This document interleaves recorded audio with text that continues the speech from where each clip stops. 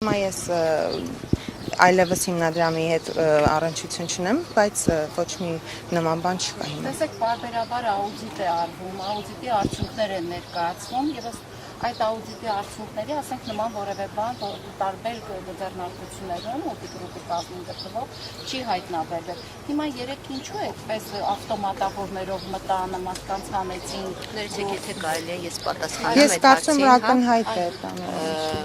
Մեր հայրը միշտ մեզ իր ընտանիքին հեռու է պայել քաղաքականությունից, երբևէ մենք որևէ առնչություն, որևէ բանին չենք ունեցել։ Ուղղակի այս դեպքերը ինչ որ կատարվում է, սա ակնհայտ ապօրինի եւ ամեն օրենքից դուրս գործողություն է, ու թող սա մեր քաղաքացիները տեսնելով հասկանան, որ սա կարող է բոլորի դուռը թակել ու որևէ մեկի ապրելու ձևը, շարժվելու ձևը կամ չգիտեմ որևէ մի բան, եթե որևէ մեկին դուր չեկավ, ցանկացած պահի իմացեք, որ ցանկացած ձևով սա կարող է բոլորին առնչվել։ Մի մարդ, ով ամբողջ կյանքում բարեգործություն է արել, մենք դեռ շատ փոքր ենք եղել ու ես դա միշտ տեսել եմ, դեռս քաղաքականության մեջ չի եղել կամ այսքան մեծ ունեցվածքի տեր չի եղել հայրս, որը կամաց տարին ընթացքում է ձեռք բերել, մենք մշտապես ականատես ենք եղել այդ բարեգործական արարքներին, ծրագրերին, այո։ Ու հիմա նմանատիպ վարմունք, նմանատիպ պահվածքը ուղղակի աններելի է ու բարեգործի հետ նման կերպ վարվել, ձեռքերը շղթայած տուն մտնել 13 ժամ հետախուզություն անել ու որևէ լուրջ բան չգտնել, երկրորդ անգամ նույն բանը կրկնել, մի անգամ էս ամեն ինչի միջով անցան, կալանավորեցին, տունը խուզարկեցին, հնարավոր ու անհնար միջոցներն օգտագործեցին, գործունեություն դադարեցին, գործաններ փակեցին, բացեցին, ինչ ասեք արեցին այս 8 տարվա ընթացքում որևէ հիմք, որևէ լուրջ բան չգտնելով, հիմա գալ ու գտնել ինչ-որ կենդանիներ, որ մարդ տարիներ շարունակ պահել է կենդանիներին, բազմաթիվ անգամներ հեռուստատեսությամբ, լրատվամիջոցներով դուք տեսել եք այդ կենդանիներին, դա նորություն չի ու գաղտնիք չի, դա իր հոբին է, նախասիրությունն է, մանկուց մենք շատ շուտ ժամանակվանից մենք այդ կենդանիներին պահում ենք, թորնիկների հետ գնում, կերակրում են կենդանիներին, բադիկներին հաց են տալիս, չգիտեմ, այդ այն տարածքն է, որտեղ ընտանիքով ժամանակ են անցկացնում, ձուկ են որսում, ու այդ ամեն ինչը հիմա տեսնել, նկատել ու կենդանիներին քնեցնել, տեղափոխել գազանանոց, որտեղ եղած կենդանիներին նորմալ չեն կարողանում պահել, սա ուղղակի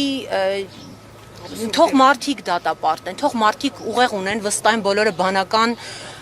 մարդիկ են, թող մարդիկ տեսնեն ու եզրակացություններն իրենք անեն, ոչ մի բան ասելու չունենք, իսկ գիտեք դատելը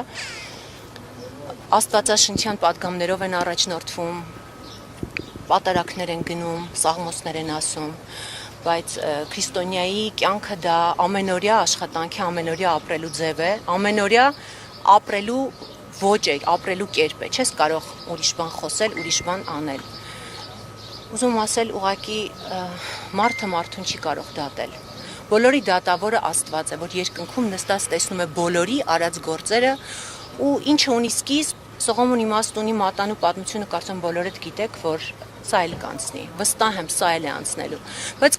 կան բաներ կյանքում, որոնք անդառնալի փոփոխություններ են բերում,